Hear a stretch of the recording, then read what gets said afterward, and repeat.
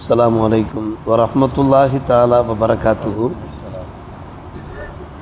பிஸ்மில்லாஹிர் ரஹ்மானிர் ரஹீம். இதா தஷாக்க ஸௌஜானி வ ஹாஃபா அல்லா யுகீமா ஹுதூதல்லாஹ் ஃபலா பஅஸ அன் தஃப்ததியல் மர்அத்து நஃப்ஸஹா பிமாலின் தக்தலியு பிஹி நஃப்ஸஹா மின் ஸௌஜிஹா. இன்றைய வியாழக்கிழமை ஃபிக்ஹ் சட்டத்தொடர். கடந்த சில வாரங்களுக்கு முன்னாலே தலாக் சம்பந்தப்பட்ட சட்டத்திட்டங்கள், அதற்கான வழிமுறைகளை அறிந்தோம். அஹ்சனு தலாக், தலாக்கு சுன்னா, தலாக்குல் பிதா, 3 வகையான தலாக்குகள் பற்றிய விளக்கங்களை நாம் அறிந்தோம். இன்றைய பாடத்தில் ஹுலா சம்பந்தப்பட்ட சில சட்டத்திட்டங்கள் இடம்பெறுகின்றன. இன்றைய காலகட்டத்தில் பெண்கள் தரப்பிலிருந்து, மனைவிமார்கள் தரப்பிலிருந்து ஹுலா கேட்கிற நடைமுறை அதிகரித்து கொண்டு போகிறது. தங்களுடைய கணவன்மார்களால் துன்புறுத்தப்படுகிறோம், வஞ்சிக்கப்படுகிறோம், உரிமைகள் மறுக்கப்படுகிறோம்.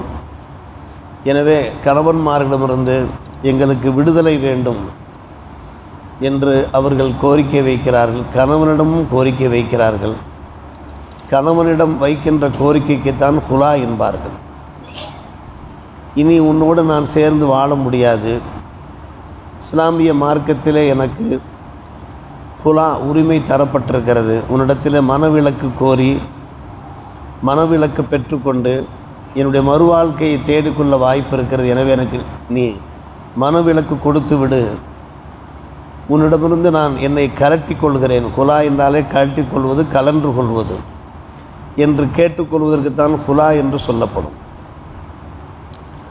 இன்றைய காலகட்டத்திலே அது அதிகரித்து கொண்டே அது சம்பந்தப்பட்ட சில சட்டத்திட்டங்கள் கணவன் மனைவி இருவருக்கும் மத்தியில் மிகப்பெரிய அளவுக்கு பிளவு ஏற்படுகிறது. இனி அல்லாஹ் விதித்த அந்த வரம்புகளை தங்கள் இருவரால் நிறைவேற்ற முடியாது என்கின்ற அச்சம் ஏற்படுகிறது. அப்போது ஒரு பெண்மணி என்ன செய்யலாம்? தம்முடைய பணத்தில் ஒரு குறிப்பிட்ட தொகையை கொடுத்து அல்லது தன்னுடைய மகர் தொகையை விட்டு கொடுத்து தம்முடைய கணவனிடத்தில் திரும்ப கொடுத்து கணவனிடமிருந்து தன்னை விலக்கி கொள்வதற்கு அவளுக்கு உரிமை இருக்கிறது. அதான் நாம் வாசித்த வாசகத்தினுடைய விளக்கம். அந்த பெண்மணி கணவனை பார்த்து சொல்லுகிறார், காலத்துக்க பிமாலி கதா, இன்ன பணத்தை வைத்து அல்லது இன்ன மகரை வைத்து நான் உன்னிடமிருந்து ஒதுங்கிக் கொள்கிறேன், நீ எனக்கு தலாக்கு கொடுத்து விடு என்று அவள் கேட்க, கபிலஹு ஜவுஜ், கணவர் அதை ஏற்றுக்கொண்டார் என்றால் வக்காலையா தத்ரீகத்துன் பாயினா, இருவருக்கு மத்தியில் பிரிவினை ஏற்பட்டுவிடும். வலஜிமஹா அல்மால், எந்த மகரை திருப்பி தருவதாக அந்த பெண்மணி சொன்னாரோ அல்லது எந்த தொகையை தருவதாக சொன்னாரோ அந்த தொகையை கொடுத்து விட வேண்டும். வஹாதா யுசம்மா ஹுல்ஆ, இதற்குத்தான் ஹுலா தலாக்கு என்று சொல்லப்படுகிறது என்று இன்றைய பாடத்தில் பேசப்பட்டிருக்கிறது. பெண்மணி அப்படி சொன்ன உடனே கணவன் அதை ஏற்றுக்கொண்டு விட்டார் என்றால் அதற்கு பின்பு கணவர் அந்த பணத்தை, அந்த மகரை பெற்றுக்கொள்வதிலே மார்க்கத்தில் தடை மறுப்பு ஒன்றும் கிடையாது. குர்ஆனில் அதற்கு அனுமதி வழங்கப்பட்டிருக்கிறது. ஹதீஸிலையும் குர்ஆனிலையும் அதற்கு அனுமதி வழங்கப்பட்டிருக்கிறது. ஆனால் இன்றைக்கு என்ன பிரச்சனை என்று கேட்டால், இருவருக்கும் இடையில் மன வருத்தம் ஏற்படுகிற போது, மனக்கசப்பு ஏற்படுகிற போது சில சமயங்கள் மனைவிமார்கள் காரணமாக இருக்கலாம், சில சமயம் கணவன்களே காரணமாக இருக்கலாம். அதற்கு அரபியில் நுசூஸ் என்று சொல்லுகிறார்கள். நுசூஸ் என்றால் கட்டுப்படாமல் இருப்பது, வரம்பு மீறி நடப்பது. ஒரு பெண்மணி தம்முடைய கணவனுக்கு கட்டுப்படாமல் வரம்பு மீறி நடப்பது, அல்லது கணவன் மார்க்கத்தினுடைய அந்த சட்ட திட்டங்களை அனுசரிக்காமல் மனைவிக்கு செய்ய வேண்டிய ஹக்குகளை சரியான முறையில் நிறைவேற்றாமல் மட்டுமல்லாமல் அல்லது வஞ்சித்து வரம்பு மீறி நடப்பது, இதற்குத்தான் நுசூசி என்று சொல்வார்கள். அடுத்த பாராக்கிராப்பில் சொல்கிறார்கள், இன்கான நுசூசு மின் கிபலிகி குறியலகு யஹூத மின்ஹா இவலா, குற்றம் கணவன் பக்கம் இருக்குமானால் அவன் தன் மனைவிக்கு செய்ய வேண்டிய கடமைகளை சரியான முறையில் நிறைவேற்றுவது கிடையாது. இன்றைய காலகட்டத்தில் சில பிரச்சனைகள் வந்து கொண்டே இருக்கிறது. கணவன் வேறொரு பெண்ணோடு தொடர்பில் இருந்து கொண்டிருக்கிறார். எனவே அந்த கணவனோடு நான் சேர்ந்து வாழ தயாராக இல்லை. அதே போன்று கணவன் என்னை ஆதரிப்பதே இல்லை, அனுசரிப்பதே இல்லை, எனக்கு செலவுக்கு பணம் தருவது இல்லை, என்னோடு ஃபோன் தொடர்பு இல்லை என்றெல்லாம் பிரச்சனைகள். இப்படி குற்றம் கணவன் பக்கம் இருக்குமானால் மனைவி மகர் தொகையை திரும்ப தர வேண்டும் என்று நாம் சொன்னோமே, அந்த தொகையை அவர் திரும்ப பெறுவது அவருக்கு ஆகுமானதல்ல, விட்டு கொடுத்து விட வேண்டும். காரணம், தப்பு குற்றம் யார் பக்கம் இருக்கிறது? கணவனின் பக்கம் இருக்கிறது. இன்கான நுசூசு மின் கிபலிஹி குறியளவு யஹூத மின்ஹா இவலா, இவலை வாங்குவது என்பது அது வெறுக்கத்தக்க ஒரு விஷயமாக இருக்கிறது. அதே சமயத்தில் பெண் தான் காரணமாக இருக்கிறாள். தன்னுடைய பெற்றோர் பேச்சை கேட்டுக்கொண்டு அல்லது தான் இஷ்டத்துக்கு நடக்க வேண்டும் என்று நினைக்கிறாள். எப்படியாவது தம்முடைய மனைவியை ஒரு கட்டுக்குள் கொண்டு வந்து விட வேண்டும், நல்வழிப்படுத்தி விட வேண்டும் என்று ஒரு நல்ல கணவன் விரும்புகிறான். இருந்தும் அந்த பெண் சொல் பேச்சு கேட்பாராக இல்லை. கணவன் பேச்சையும் கேட்பதில்லை, மாமனார் மாமியார் பேச்சையும் கேட்பதில்லை, பெற்றோர் பேச்சையும் கேட்பதில்லை. இப்படி இருக்குமானால் குறியலகு ஐயகுத அக்ஸரம் இம்மா ஆத்தாகா. ஆக கணவன் பக்கம் குற்றம் இருக்கிற போது கணவன் அந்த மகரை திரும்ப கேட்கக்கூடாது. பெண் பக்கம் குற்றம் இருக்கிற போது கணவன் எவ்வளவு மகரை கொடுத்தானோ அந்த அளவுக்கு தான் அவன் பெற்றுக்கொள்ள வேண்டுமே தவிர அதை தாண்டி கேட்கக்கூடாது, நஷ்டஈடு எதுவும் கேட்கக்கூடாது. காரணம், குற்றம் யார் பக்கம் இருக்கிறது? கணவன் பக்கம் இருக்கிறது. இப்படி இது சம்பந்தப்பட்ட சட்டத்திட்டங்கள் மிக அருமையான முறையில் இடம்பெற்றிருக்கிறது. ஆக ஹுலா விஷயத்தில் நம்முடைய மார்க்கம் இப்படித்தான் நடக்க வேண்டும் என்கின்ற வரம்புகளை, வழிமுறைகளை ஏற்படுத்திவிட்டது. அந்த வழிமுறைகள் பிரகாரம்தான் செய்ய வேண்டும். குர்ஆனிலேயும் அதற்கான ஆதாரம் இருக்கிறது, ஹதீஸ் ஷரீஃபிலேயும் அதற்கு ஆதாரம் இருக்கிறது. இப்னு அப்பாஸ் ரலியல்லாஹு அன்ஹு அவர்கள் அறிவிப்பு செய்கிறார்கள், சாபித் இப்னு கைஸ் என்கின்ற ஒரு நற்றவ தோழர் ரலியல்லாஹு அன்ஹு இருந்தார்கள். அவர்களுடைய மனைவி பெருமானார் ரசூலே கரீம் ஸல்லல்லாஹு அலைஹி வஸல்லம் வந்து முறையிடுகிறார்கள், யா ரசூலல்லாஹ், என்னுடைய அன்பு கணவர் சாபித் இப்னு கைஸ், அவரை பற்றி நான் பெருசாக குற்றம் ஒன்றும் நான் சொல்லவில்லை. மா ஆத்தப அலைஃபி ஹுலுக்கின் வத்தீன், நல்ல அஹ்லாக் உடையவர் தான், நல்ல மார்க்கம் உடையவர் தான். ஆனால் வலாக்கின்னி அக்கரகுல் குஃப்ரஃபில் இஸ்லாம், அவரோடு சேர்ந்து வாழ எனக்கு பிடிக்கவில்லை, அவரோடு என்னமோ தெரியவில்லை, எனக்கு மனம் இசையவில்லை.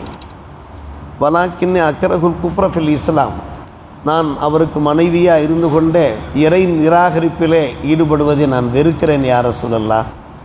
எனவே நான் அவரோடு சேர்ந்து வாழ எனக்கு இஷ்டமில்லை யா ரசூலல்லாஹ். நபி அவர்கள் சொன்னார்கள், சரி, அந்த முடிவுக்கு அந்த பெண்மணி வந்து விட்டார் என்பது தெரிகிறது.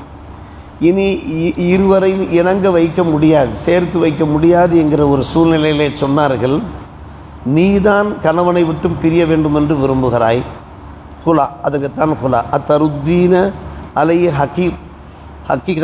ஹதீகத்தஹு, உனக்காக வேண்டி மகராக ஒரு தோட்டத்தையே அவர் வழங்கியிருக்கிறார். அந்த தோட்டத்தை நீ திரும்ப கொடுத்து விடுகிறாயா? உன்னுடைய கணவனிடத்தில் திரும்ப கொடுத்து விடுகிறாயா? அதை கொடுத்து விட்டு நீ மனவிலக்கு பெற்றுக்கொள்கிறாயா?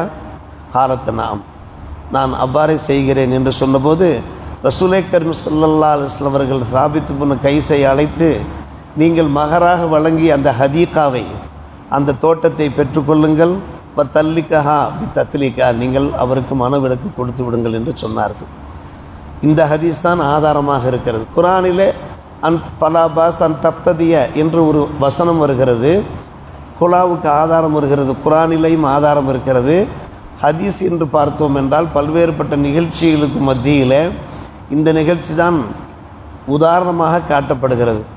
ஒரு பெண் தம்முடைய கணவனோடு இணங்கி இசைந்து வாழ முடியாத ஒரு சந்தர்ப்பத்தில் கணவன் தனக்கு தந்திருந்த அந்த மகரை திரும்ப அளித்து கணவனிடமிருந்து மனவிலக்கு பெற்றுக்கொள்வது என்பதற்கு இந்த சம்பவத்தை தான் சான்றாக காட்டப்படுகிறது. ஆனால் ஒரு முக்கியமான ஒரு விஷயம், தலாக்கு விஷயத்தில் ஒரு பெண்மணி தலாக்கு கேட்பதாக இருக்கட்டும், நன்கு கவனிக்க வேண்டும். ஒரு கணவன் தலாக் கொடுப்பதாக இருக்கட்டும், ஒரு முறை அல்ல, 100 முறை அல்ல, 1000 முறை யோசிக்க வேண்டும். காரணம், அது படுபாதகமான ஒரு செயல். கடைசியாகத்தான் அந்த முடிவுக்கு வர வேண்டும். ஹதீஸில் எந்த அளவுக்கு எச்சரிக்கப்பட்டிருக்கிறது. சௌபான் ரலியல்லாஹு அன்ஹு கால நபி ஸல்லல்லாஹு அலைஹி வஸல்லம் ஐயமா இம்ரஅத்துன் சாலத் ஸௌஜஹா தலாக்கின் ஃபி கைரி மா பஅசுன் ஃபஹராமுன் அலையா ராயிஹத்துல் ஜன்னா என்றார். ஒரு பெண்மணி தக்க காரணம் இல்லாமல் தம்முடைய கணவனிடத்தில் விவாகரத்து கேட்டாள் என்றால் அவள் மீது சொர்க்கத்தின் வாசனையே ஹராம் என்றிருக்கிறார். தக்க காரணம் இல்லை, தான் தோண்டித்தனமாக அந்த பெண்மணி நடக்க வேண்டும் என்று நினைக்கிறாள். கணவன் நல்ல கணவனாக இருக்க தன் இஷ்டப்பிரகாரம் கணவன் தனக்கு இணங்கி நடக்கவில்லை என்கிற காரணத்தினாலே சரியான தக்க காரணம் இல்லாமல் அவள் விவாகரத்து கேட்டாள் என்றால் பெருமானார் ரசூலே கரீம் ஸல்லல்லாஹு அலைஹி வஸல்லம் எச்சரிக்கை செய்கிறார்கள். ஃபஹராமுன் அலையா ராயிஹத்துல் ஜன்னா, சொர்க்கத்திற்கு செல்லவே முடியாது, சொர்க்கத்தை நெருங்கவே முடியாது என்று ஒரு பக்கம் பெண்ணை எச்சரிக்கிறார்கள் பெருமானார் ரசூலே கரீம் ஸல்லல்லாஹு அலைஹி வஸல்லம், மறுபக்கம் கணவனை எச்சரிக்கிறார்கள், ஆண்களை எச்சரிக்கை செய்கிறார்கள் நபிகள் நாயகம் ஸல்லல்லாஹு அலைஹி வஸல்லம். அபுகதுல் ஹலாலி இலல்லா அத்தலாக்கு, ஆகுமாக்கப்பட்ட விஷயங்களில் அல்லாஹ்வுக்கு மிகவும் பிடிக்காத ஒரு விஷயம், கோபத்தை தருகின்ற விஷயம் தலாக். அநியாயமாக ஒரு பெண்மணியை தலாக் சொல்லக்கூடாது. இது கணவனை எச்சரிக்கை செய்கிறார்கள் நபிகள் நாயகம். இத்தனைக்கும் பிறகுதான் இருவரும் சேர்ந்து வாழ முடியாத ஒரு சூழ்நிலை கடைசியாக இதா தஷாக்கர் ஜவுஜு வ ஜவுஜத்து என்று வருகிறது, ஜவுஜானி என்று வருகிறது.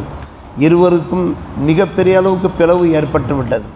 கண்ணாடி ஒரேடியாக உடைந்து சுக்குநூறாகிவிட்டால் திரும்ப அதை நாம் ஒட்ட முடியாதல்லவா, அந்த அளவுக்கு அவருடைய மனங்களுக்கு மத்தியில் மிகப்பெரிய அளவுக்கு அந்த பிளவுகள் ஏற்பட்டு விடுமானால் கடைசியாக இந்த குலா என்கிற அந்த தலாக் என்கிற ஒரு முடிவுக்கு வரலாம் என்கிற அந்த விஷயம் போதிக்கப்படுகிறது. சர்வசாதாரணமாக இந்த தலாக்கை குலாவை எடுத்துக்கொள்ளக்கூடாது. பெண்மணி தரப்பிலையும் இதில் மிகவும் அல்லாஹ்வை பயந்து நடக்க வேண்டும். கூடிய மட்டிலும் தம்முடைய கணவன்மார்களுக்கு கட்டுப்பட்டு நடப்பதற்கு தலாக்கு கேட்பதை தவிர்க்க வேண்டும். அதே போன்று ஆண்களும் கூட அநியாயமான முறையில் பெண்களுக்கு தலாக் கொடுத்து பெண்களை வஞ்சித்து விடக்கூடாது. இரண்டுமே நம்முடைய மார்க்கத்திலே டைவர்ஸ் பிரச்சனை மிகவும் குற்றமான ஒரு விஷயம். இதை தாண்டித்தான் குலா என்கிற அந்த வாய்ப்பு தரப்பட்டிருக்கிற அந்த உரிமை தரப்பட்டிருக்கிற விஷயத்தை பெண்கள் விளங்கி ஷரியத்து சட்டப்பிரகாரம் வாழ்வதற்கு முயற்சிக்க வேண்டும். நாடெல்லாம் ஊரெல்லாம் இது போன்ற சம்பவங்கள் நடைபெற்றவாறு இருக்கிறது. இது போன்ற மோசமான சம்பவங்களிலிருந்து அல்லாஹ் ரப்புல் ஆலமீன் இந்த உம்மத்தை காப்பாற்றுவானாக. வாஹிர் தாவானா அல்ஹம்துலில்லாஹி ரப்பில் ஆலமீன்.